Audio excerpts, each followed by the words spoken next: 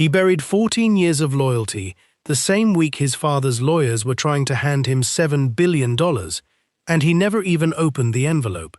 Marcus Whitfield stood outside the home he built with his own hands, watching his wife laugh with another man through a window he had painted himself, and he had no idea that within 6 weeks his name would sit at the top of one of the largest private fortunes in the country.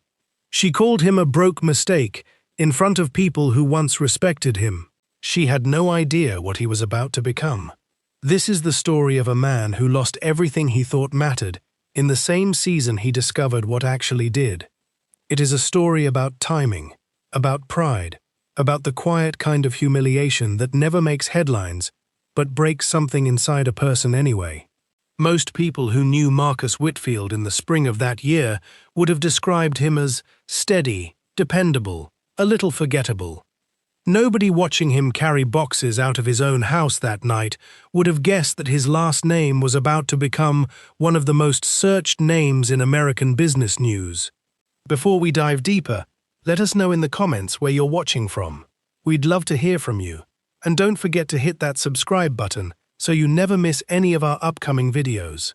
Marcus grew up in a modest 2-bedroom house on the outskirts of Columbus, Ohio, raised almost entirely by his mother, a woman who worked double shifts at a hospital laundry facility to keep food on the table.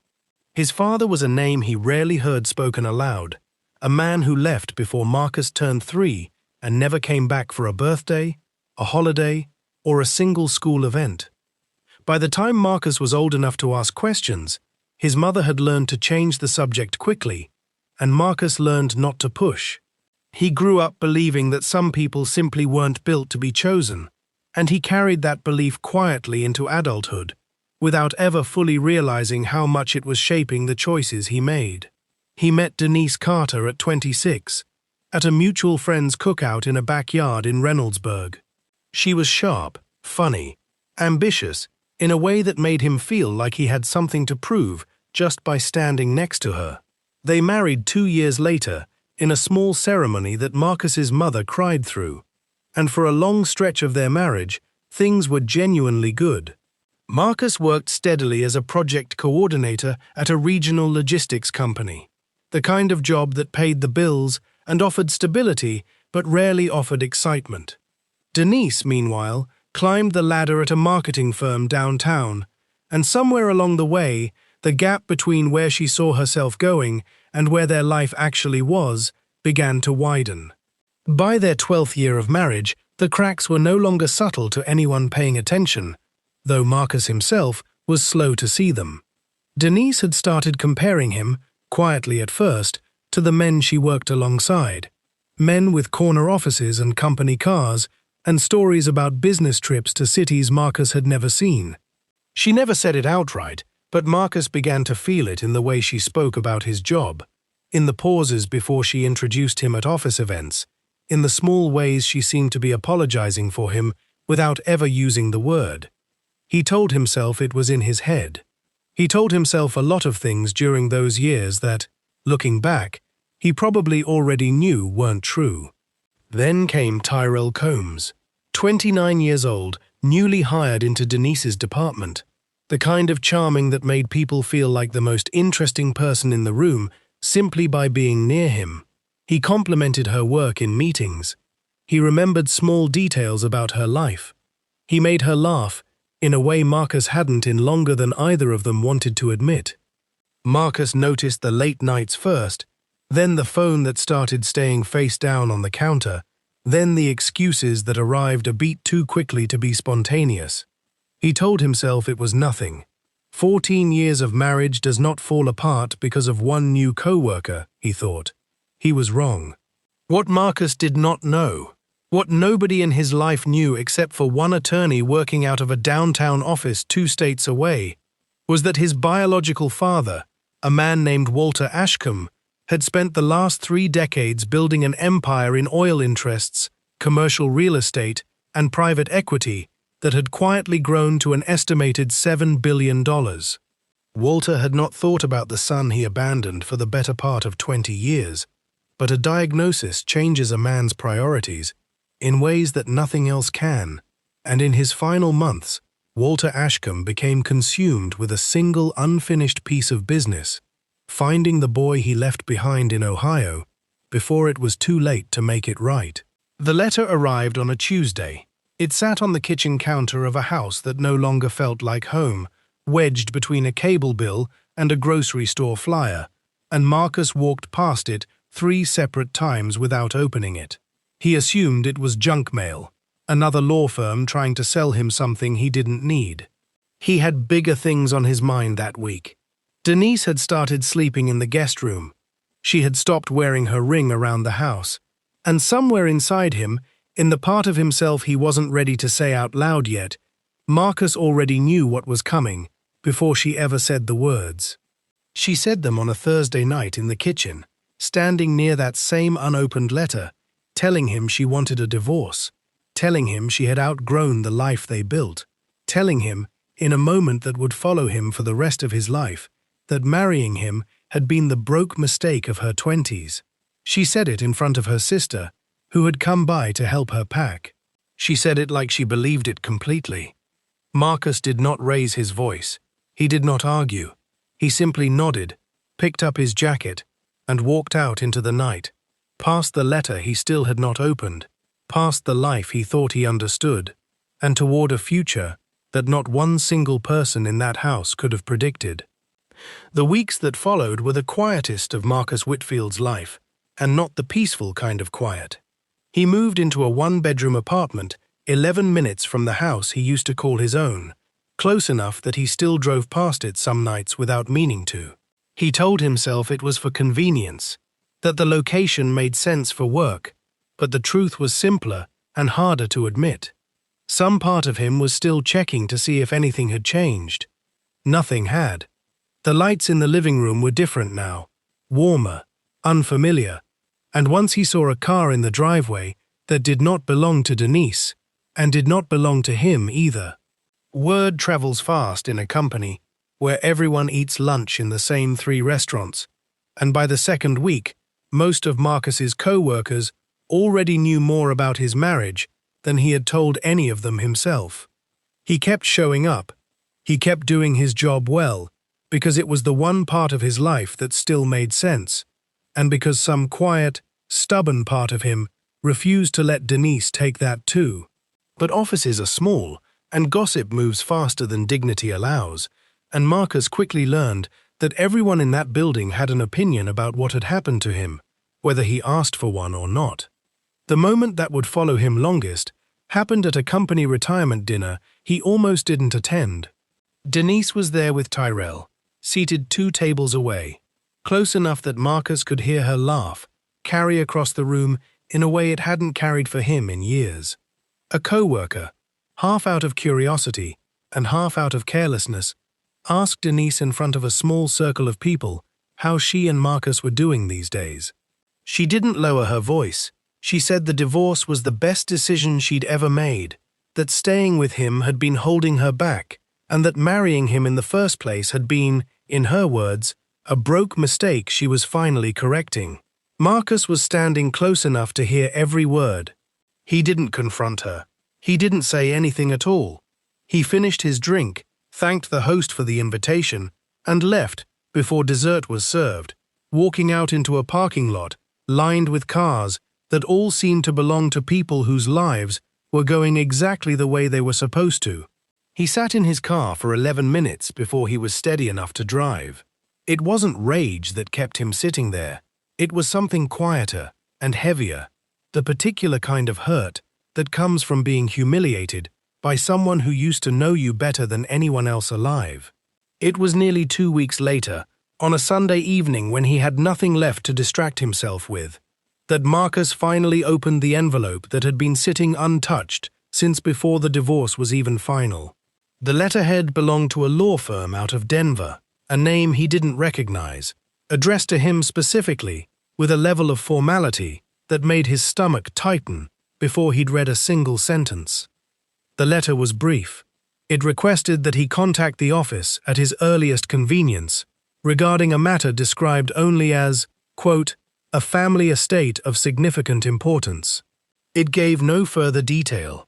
It gave him a phone number and a name, Patricia Cole. He almost didn't call. Part of him assumed it was some kind of scam, the sort of thing that preys on people going through exactly what he was going through, promising a windfall to distract from a loss. But curiosity, or maybe just the need for something in his life to make sense again, won out 3 days later, and he dialed the number on a lunch break in the parking lot of his office, expecting almost nothing. What Patricia Cole told him in the first 90 seconds of that call changed the trajectory of the rest of his life, though at the time, Marcus had no way of understanding just how far that change would reach. She told him that his biological father, a man he had not seen or spoken to since he was 3 years old, was dying.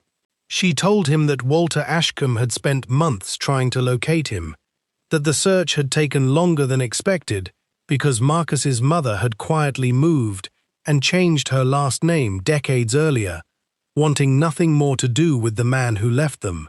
Patricia Cole did not mention numbers. She did not mention companies, oil interests, or real estate holdings spanning 4 states. She told Marcus only that his father wanted to see him before it was too late, and that there were matters of the estate that needed to be discussed in person. Marcus sat in that parking lot for a long time after the call ended, turning the words over in his mind. Estate, family business. He assumed, reasonably, that this meant paperwork, maybe an old family home somewhere, nothing that would meaningfully change the modest, careful life he had spent decades building for himself. He had no framework for imagining anything larger.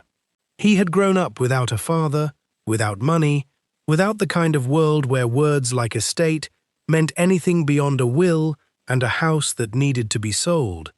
He agreed to fly out the following week, mostly out of curiosity, and partly because some small, buried part of him still wanted to know why his father had left in the first place.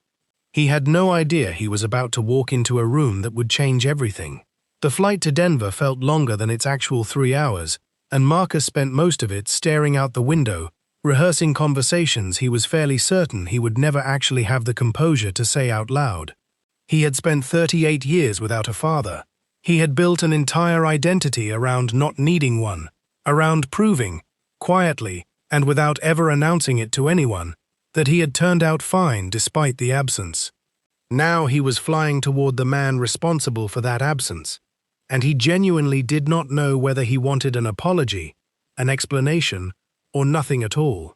He landed with no clear answer, only a rental car reservation and an address written on the back of a boarding pass.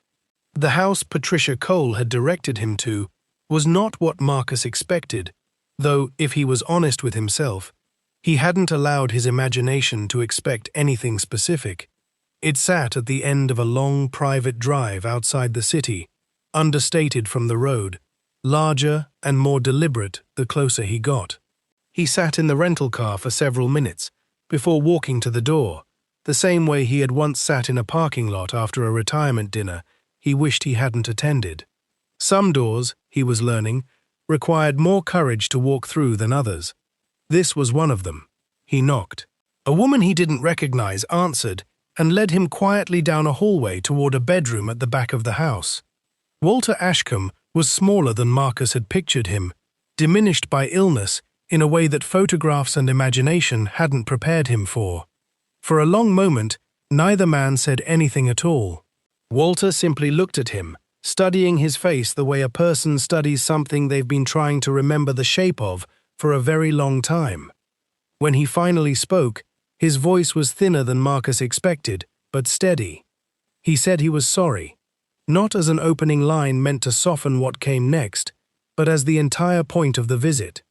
He told Marcus that leaving him and his mother was the single decision he regretted more than any business failure, any lost deal, any mistake in 30 years of building an empire that, in the end, meant very little without someone to leave it to. Marcus did not cry in that room, though he came close more than once. He asked the questions he had spent decades not allowing himself to ask. Why did you leave? Why did you never call? Why, even once you had the money to find us, Did it take you this long? Walter did not have satisfying answers to all of it. And to his credit, he didn't pretend to. He talked about fear, about a young man overwhelmed by a business that was just beginning to take off, about telling himself every year that he would reach out next year, until next year became 2 decades, until shame made the silence easier to maintain than the phone call would have been. It was not a complete explanation. Marcus understood, even then, that it never fully would be. It was Renee, Marcus's younger sister, who had quietly encouraged him to hear their father out before making any decisions, and it was Renee's voice in his head that kept him in that room longer than his instincts wanted him to stay. Renee had always been the one in the family who believed people deserved a chance to explain themselves, even the ones who had earned very little grace. She had stayed in occasional contact with Walter over the years, not out of forgiveness exactly, but out of a stubborn refusal to let old wounds decide everything about the present. It was Renee who told Marcus, the night before his flight, that whatever he decided to do with what he learned, he owed it to himself to at least hear it firsthand.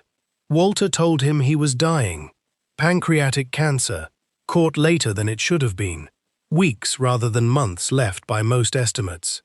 He told Marcus that he had spent the better part of a year searching for him, that finding him had become the single most important task remaining in his life, more urgent than any deal, any contract, any board meeting that used to consume his every waking hour.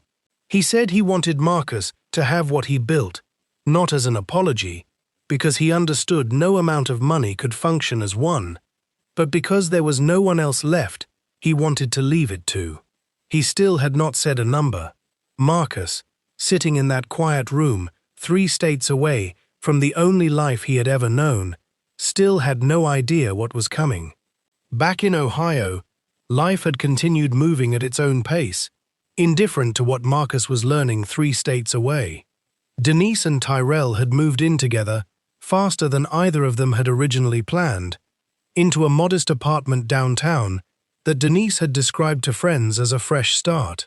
She had begun posting photos again, something she'd stopped doing during the last stretch of her marriage. Small glimpses of a new life she seemed determined to prove was better than the one she left. Tyrell, for his part, had started asking more questions than usual about Marcus, framed casually, curious in a way that seemed harmless at the time, but would later look like something else entirely. Nobody in that apartment had any idea what was happening in a quiet bedroom in Colorado, or how close their entire understanding of Marcus Whitfield was about to come undone. Walter Ashcombe died 11 days after that first conversation in the bedroom outside Denver, quietly, in his sleep, with Renee by his side and Marcus on a return flight he had booked the moment Patricia Cole called to tell him the end was closer than anyone expected. He did not make it back in time to say goodbye a second time, and that particular regret settled into him in a way he suspected would never fully leave. But Walter had made sure, in the short window of time they'd had together, that the most important conversation between them had already happened. What remained now was paperwork, procedure, and a formal reading that Marcus assumed would be simple and brief. He was not prepared for what actually happened in that Denver law office 1 week later. Patricia Cole's conference room was quiet, minimal, nothing like the version of a will reading Marcus had absorbed from movies over the years. There was no dramatic gathering of distant relatives waiting to be disappointed. It was Marcus, Renee, and Patricia, along with a second attorney, whose job, Marcus would later learn, was specifically to walk him through the scale of what he was about to inherit. Patricia opened with the basics, the formalities, confirming Marcus's identity and his relationship to the deceased. Then she began reading, and somewhere around the second paragraph, Marcus stopped fully processing the individual words and began instead trying to process the number attached to them. $7 billion, oil interests across 3 states, commercial real estate holdings in 5 major cities, a controlling stake in a private equity firm Walter had built from almost nothing over 4 decades, and a family holding company that Marcus, as of that afternoon, was now the primary heir to. Patricia paused after delivering the figure, watching Marcus's face, the way someone watches a person absorb news too large to fit into an ordinary reaction. Marcus did not smile. He did not laugh.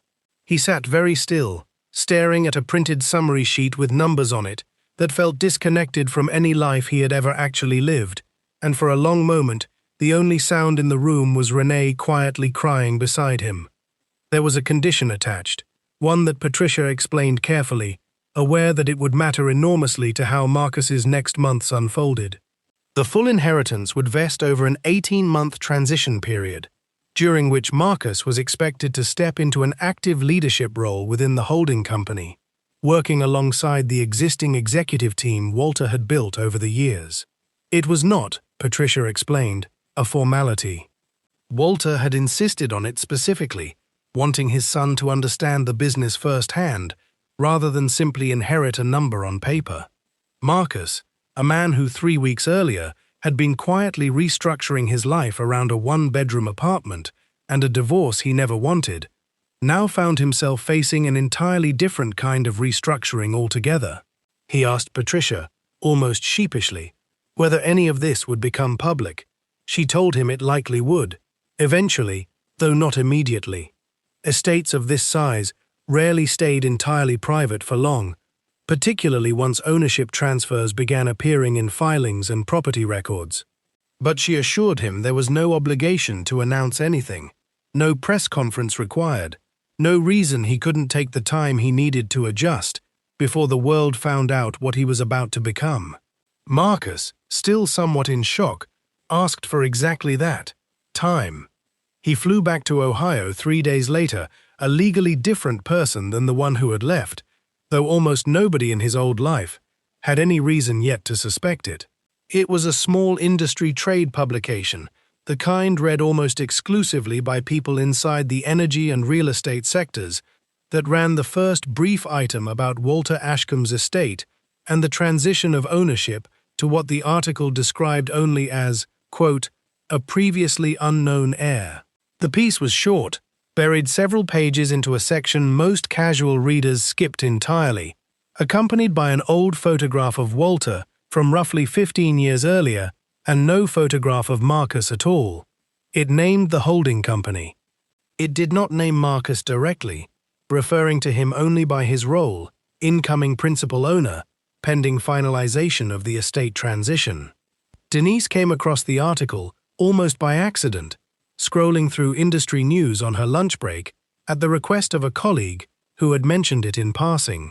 She read the headline, skimmed the first 2 paragraphs, noted vaguely that it involved an unusually large sum of money changing hands, and moved on without a second thought. The name Ashcombe meant nothing to her. It had never come up in 14 years of marriage because Marcus himself had barely allowed himself to think about it. She closed the article, finished her lunch, and went back to her afternoon meetings with absolutely no idea that the article she had just scrolled past described, in careful legal language, the exact moment her ex-husband's life had changed forever.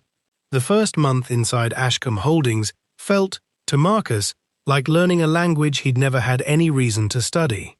He sat in board meetings where terms like asset diversification and portfolio consolidation were thrown around with the same casualness other people used to discuss weekend plans. He met executives who had worked for his father for 20 years, men and women who studied him carefully in those early weeks, trying to determine whether the new heir was someone worth respecting or someone who would need to be managed. Marcus said very little in those first meetings. He listened.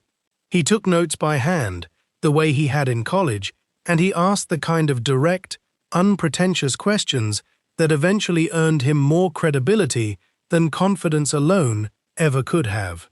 He did not change quickly, and that, more than anything, was what began winning people over. He kept the same watch he'd worn for a decade.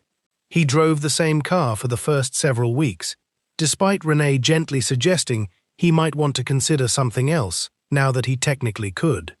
He avoided interviews, avoided publicity, avoided anything that might turn his name into a headline before he was ready for it to become one.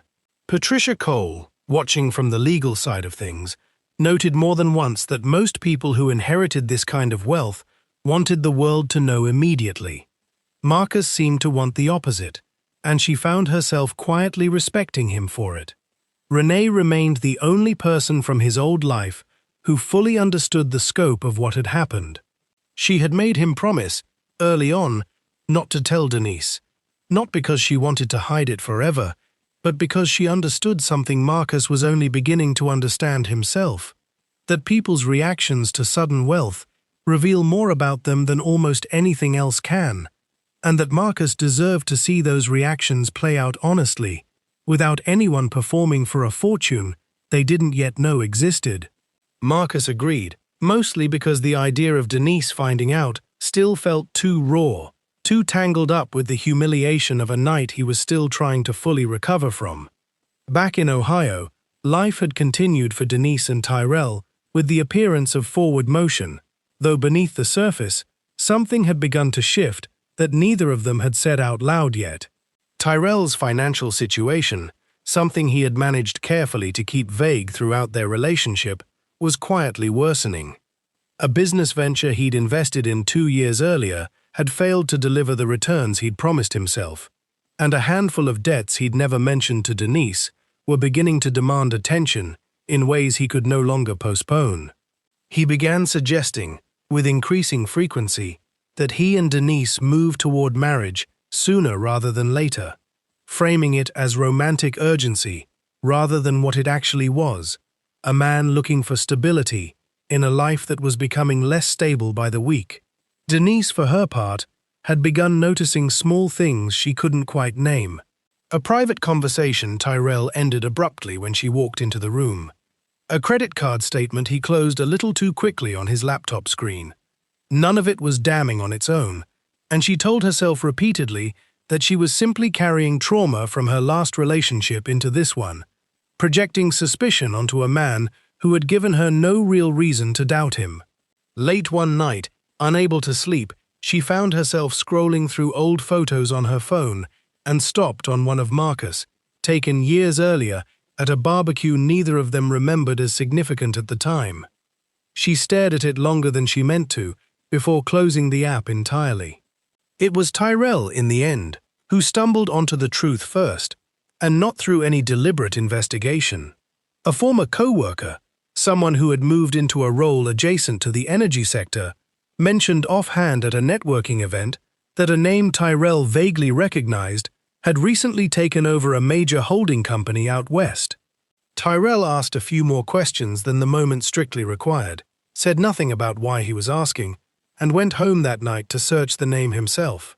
It took him less than 10 minutes to find the trade publication article, the same one Denise had scrolled past weeks earlier without a second thought, and less than 10 seconds after that to recognize the man in an old company photo buried on page 4. Tyrell sat with that information for 3 full days before deciding what to do with it, and in those 3 days he said absolutely nothing to Denise.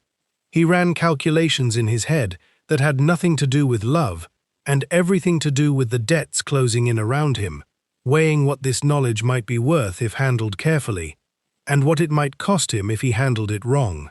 He did not yet know whether to reach out to Marcus directly, whether to keep the secret and marry Denise quickly before anyone else discovered it, or whether there was some third option he hadn't considered yet. For the first time since this entire story began, the person holding the most dangerous piece of information wasn't Marcus at all.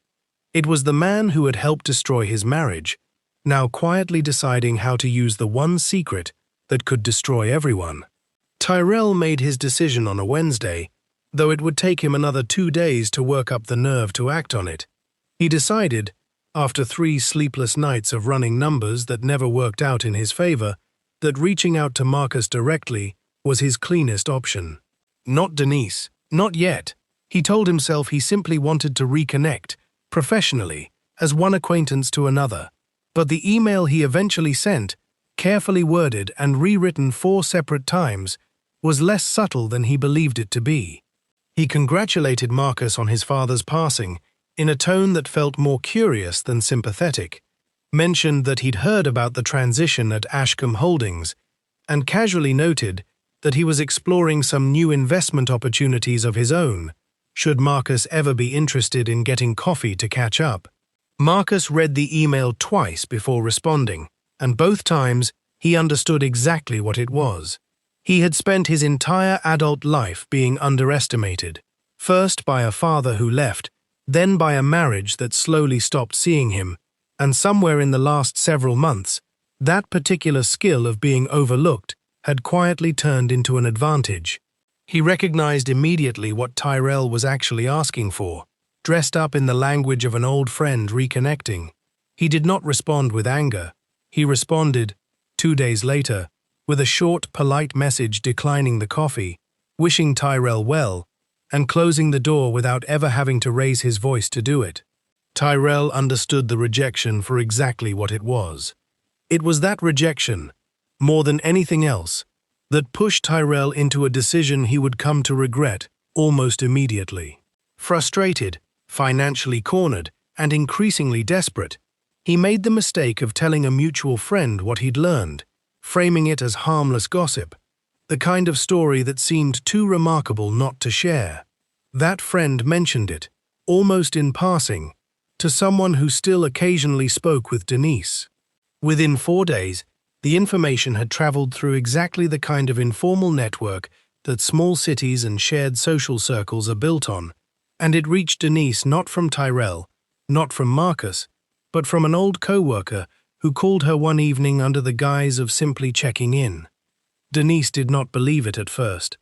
She assumed it was some kind of exaggeration, a story that had grown larger with each retelling, the way stories about ex-spouses often do. But the co-worker was specific, mentioning Ashcombe Holdings by name, mentioning the trade publication article, mentioning a number that Denise initially assumed had to be a misunderstanding. $7 billion. She sat with her phone in her hand for a long time after that call ended, running back through every memory of the man she had once been married to, searching for some earlier sign she might have missed, some clue buried somewhere in 14 years that would have prepared her for a sentence like the one she'd just heard.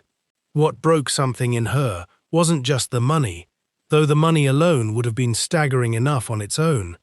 It was the second piece of information the co-worker mentioned, almost as an afterthought, that Tyrell had apparently known for weeks and said nothing to her about it.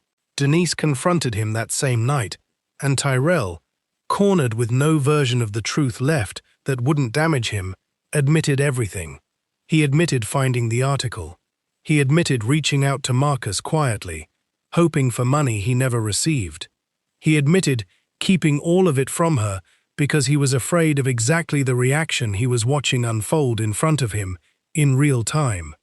Denise did not sleep that night. She sat alone in the apartment she now shared with a man she was beginning to understand she barely knew, replaying the last several months of her life against a new set of facts that made almost everything look different in retrospect. The comments about Marcus being unambitious, the comparisons she used to make, the night at the retirement dinner where she had called him a broke mistake in front of people who were now, she assumed, laughing about it behind her back with a very different kind of knowledge than she had. She was not simply grieving a marriage anymore. She was grieving a version of her own judgment she had trusted completely, and watching it collapse in a single phone call. She reached out to Marcus 3 days later, uncertain what she even wanted to say, only that the silence had become unbearable. Marcus agreed to meet her, not out of any lingering hope of reconciliation, but because some part of him understood that this conversation, whatever shape it took, was one he needed to have in order to fully close the door on the life they used to share.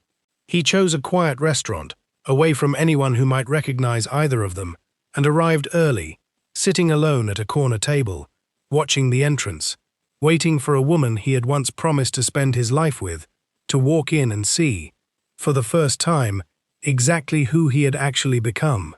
Denise saw him before he saw her, sitting alone at a corner table in a quiet grey suit that fit him differently than anything she remembered him owning, Not flashy, not deliberately impressive, just quietly, unmistakably different. She stood in the doorway for a moment longer than she meant to, taking in a version of Marcus Whitfield that seemed both entirely familiar and completely unrecognizable at the same time.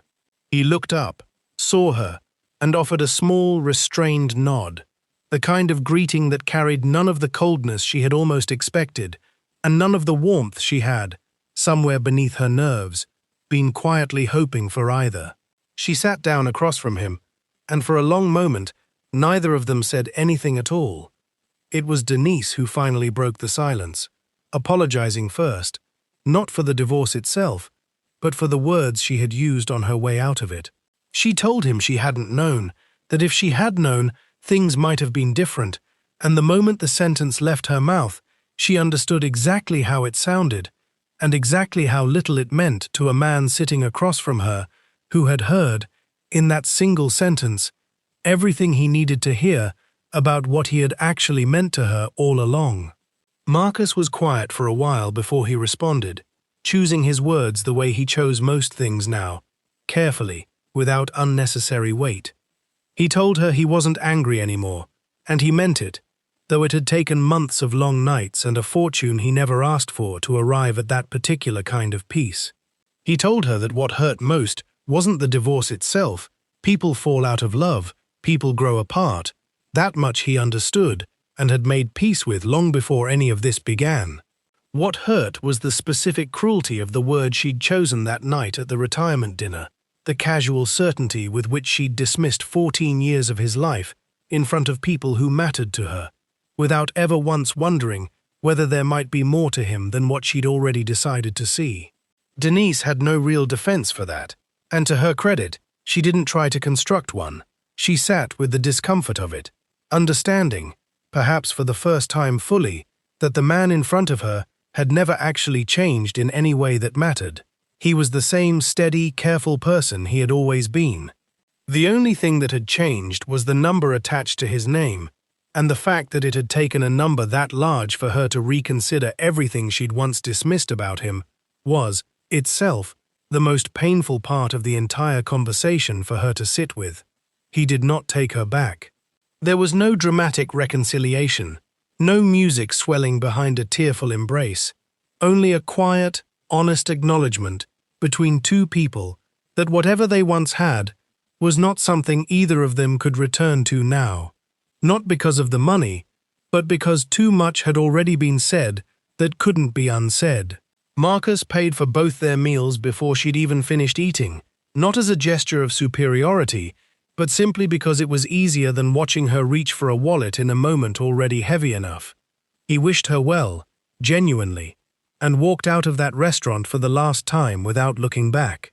Tyrell's own unraveling continued quietly in the weeks that followed, without any dramatic confrontation required. His debts, which he had spent months trying to outrun, eventually caught up with him in the ordinary, unglamorous way debts usually do, through collection calls and a car repossession, and a lifestyle he could no longer sustain without the relationship he had damaged trying to protect it. Denise, once she understood the full shape of who he actually was, ended things without much ceremony, choosing instead to spend the following months rebuilding a version of her own judgment she no longer fully trusted. A slower, quieter process than anything involving money ever could have been. Marcus, meanwhile, spent his first full year at Ashcombe Holdings learning not just how to run a company, but how to decide what kind of person he wanted to be, with the resources his father had left behind.